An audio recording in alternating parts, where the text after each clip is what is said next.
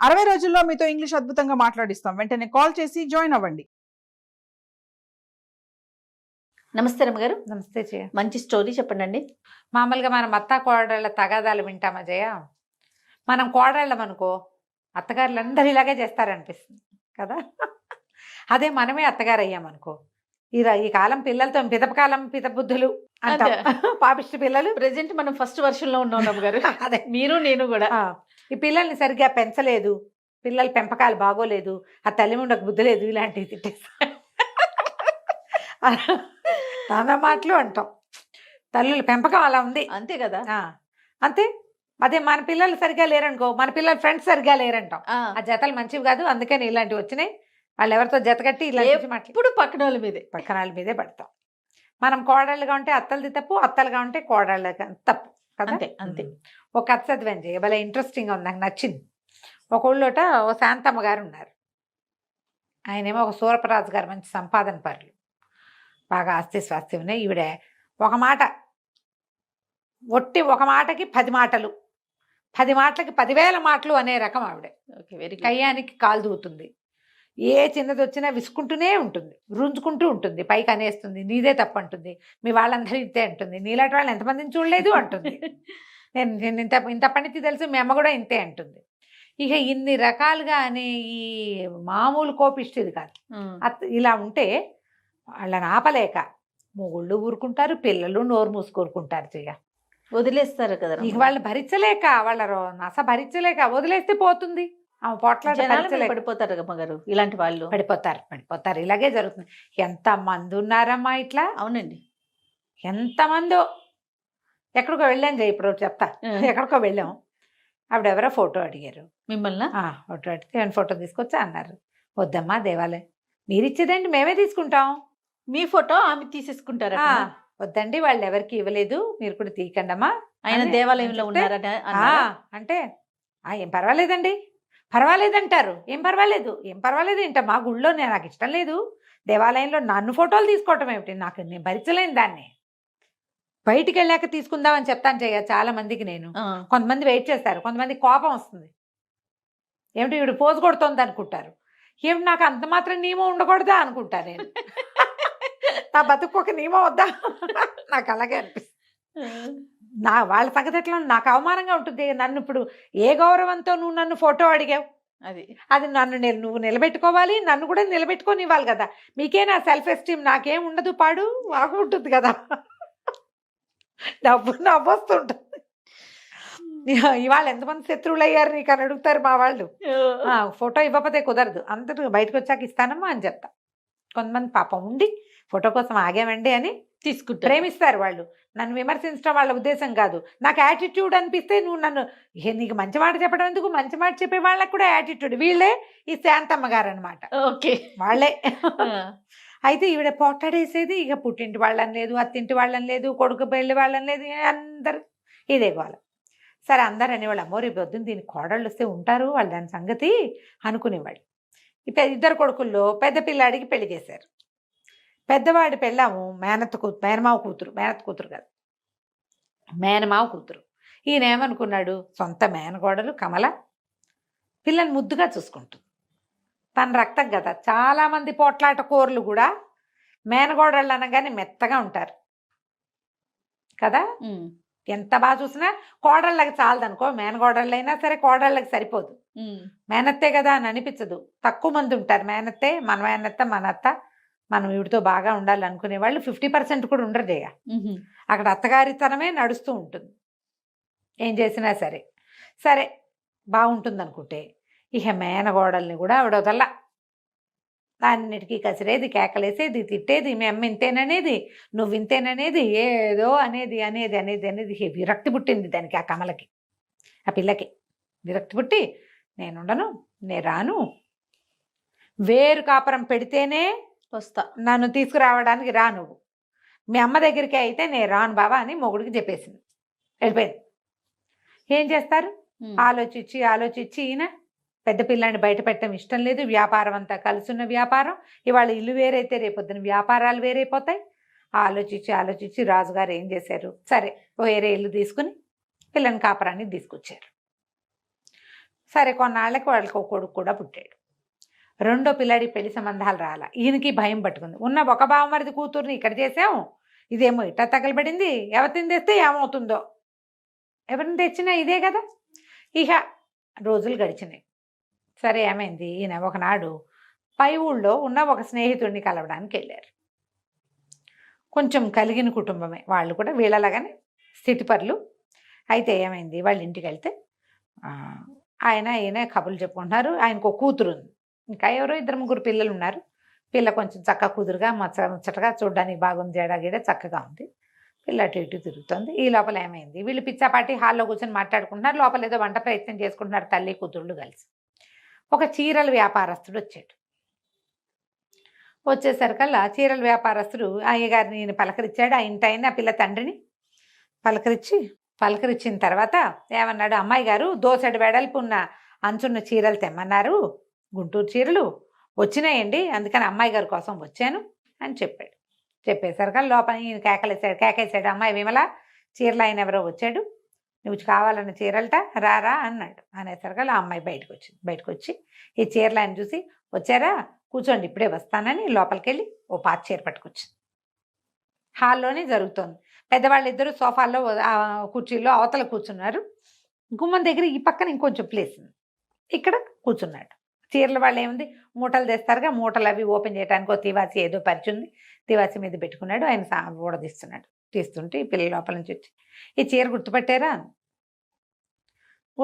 ఆయన ఏదో పాత చీరలే ఉంది కదమ్మా అన్నాడు. మీరు ఇచ్చిందేనండి,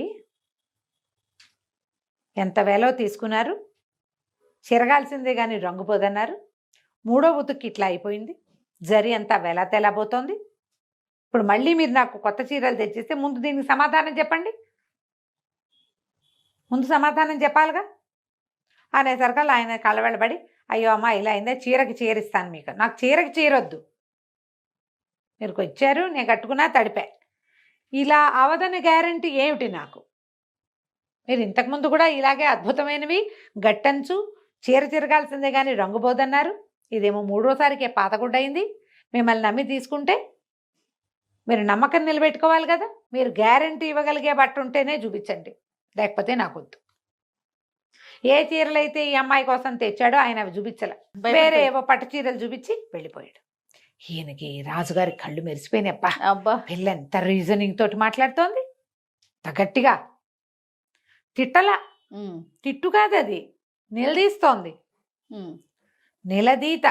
సరే ఏమన్నాడు ఈయన స్నేహితుడితో చెప్పాడు, ఏమో వెంకటరత్నం నువ్వు నాకు ఒక మాట ఇవ్వాలో అన్నాడు.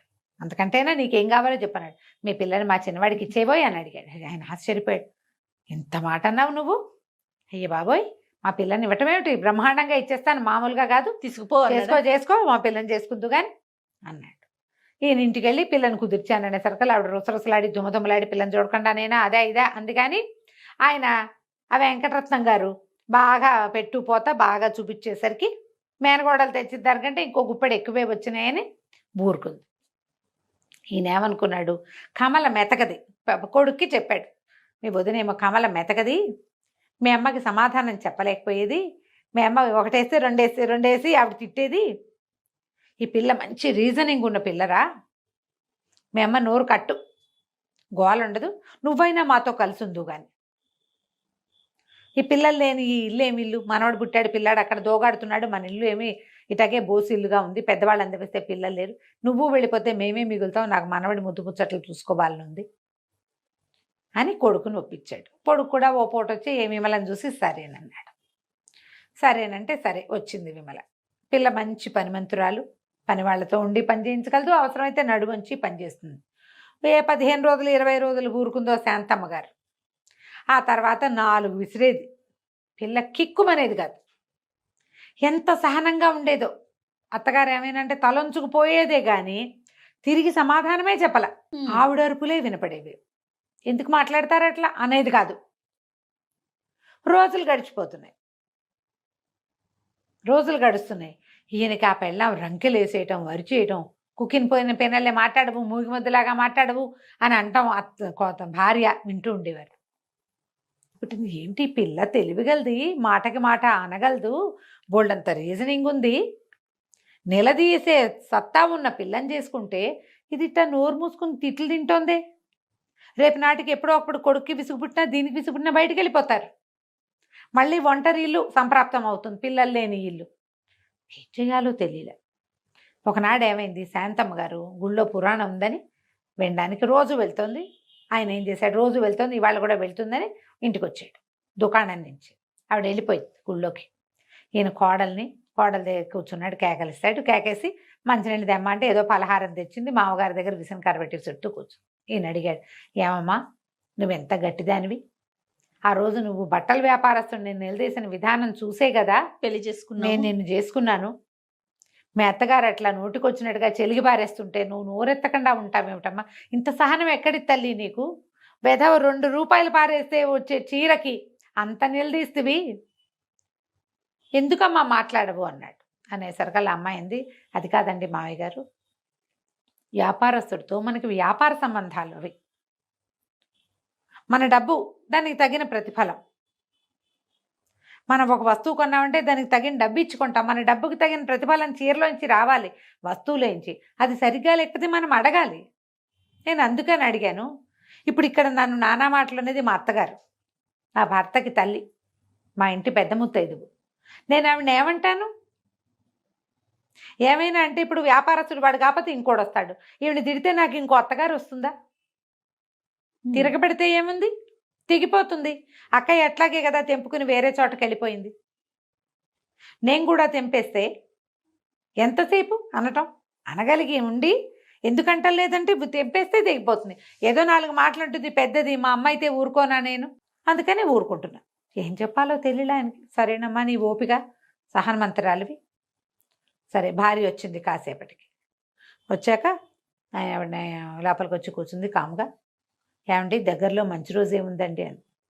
నాకేం తెలిసే, నీకంటే మంచి బాగా తెలుసా నాకు అంటే, కాదండి ఒక మంచి రోజు చెప్పు. ఇప్పుడు ఏం చేస్తావు నువ్వు, ఏ శుభకార్యం చేయబోతున్నావు, ఎవరిని తూర్పార పట్టడానికి ముహూర్తం కావాలి నీకు అని అడిగాడు.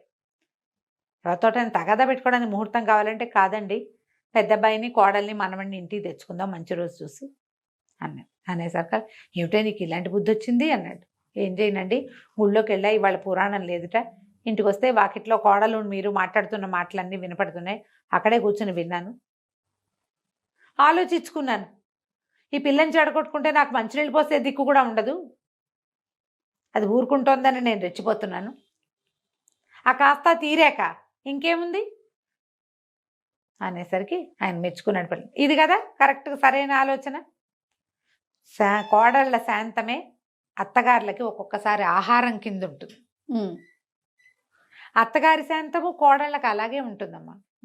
తెంపుకుంటే ఎంతసేపు, ఏ బంధమైనా తెంపేస్తే ఎట్లా పోని నువ్వు తెంపేస్తావు, అత్తగారు తెంపేస్తుంది అనుకుందాం, కోడలు తెంపడం గురించి కూడా మాట్లాడదాం. అత్తగారులు తెంపేస్తారు కోడళ్ళతోటి, చిచ్చిపో నా ఇంట్లో ఉండటానికి వీల్లేదు. అదేమో నీ కొడుక్కి పెళ్ళాము, నీ మనవలకి తల్లి, నీ ఇంటి దాన్ని సంపదని పంచుకునేది, ముందుకు తీసుకెళ్ళేది. ఎట్లా తెగిపోతుంది ఆ బంధం, తెగదు. పోనీ నువ్వు అత్తగారితో తెంపేస్తావు, కోడళ్ళు తెంపుతున్నారు కదా ఇప్పుడు ఈ కాలం అదే కదా, అత్తగారితో తెంపేస్తావు. అది నీ మొగుడేమో అత్తగారు కన్న కొడుకు, నీ పిల్లలేమో అత్తగారి మనవలు, నువ్వు అనుభవించేదేమో అత్తగారి వంతుకొచ్చిన ఆస్తి, నువ్వు పెట్టేదేమో ఇంటి పేరు అత్తగారింటి పేరే. నువ్వైతే మీ నాన్నింటి పేరు ఉంచుకోగలవు కానీ నీ పిల్లలకి మీ నాన్నింటి పేరు పెట్టలేవు కదా, పెట్టలేవుగా, మొగుడింటి పేరే పెట్టాలి. అంటే అది ఎవరిది, అత్తగారిది కదా. ఎక్కడ తెగుతుంది జయ ఇది, అస్సలు ఎందుకు ఆలోచించరో నాకు అప్పటికీ అర్థం కాదు. ఆవిడ నన్ను అలా అంది ఇలా అంది అంటారు. మేమ్మంటే మీరేం చేస్తారు, నీ కూతురు పోట్లాడితే నువ్వేం చేస్తావు, 2 ఆలోచించుకోండి. పెద్దవాళ్ళు ఇది నా కూతురు లాంటిదే, నేను ఎట్లా ఓ ఇంట్లో దీపం పెట్టడానికి వచ్చానో ఇది కూడా నా ఇంటికి అలాగే వచ్చింది అని ఆలోచించాలి.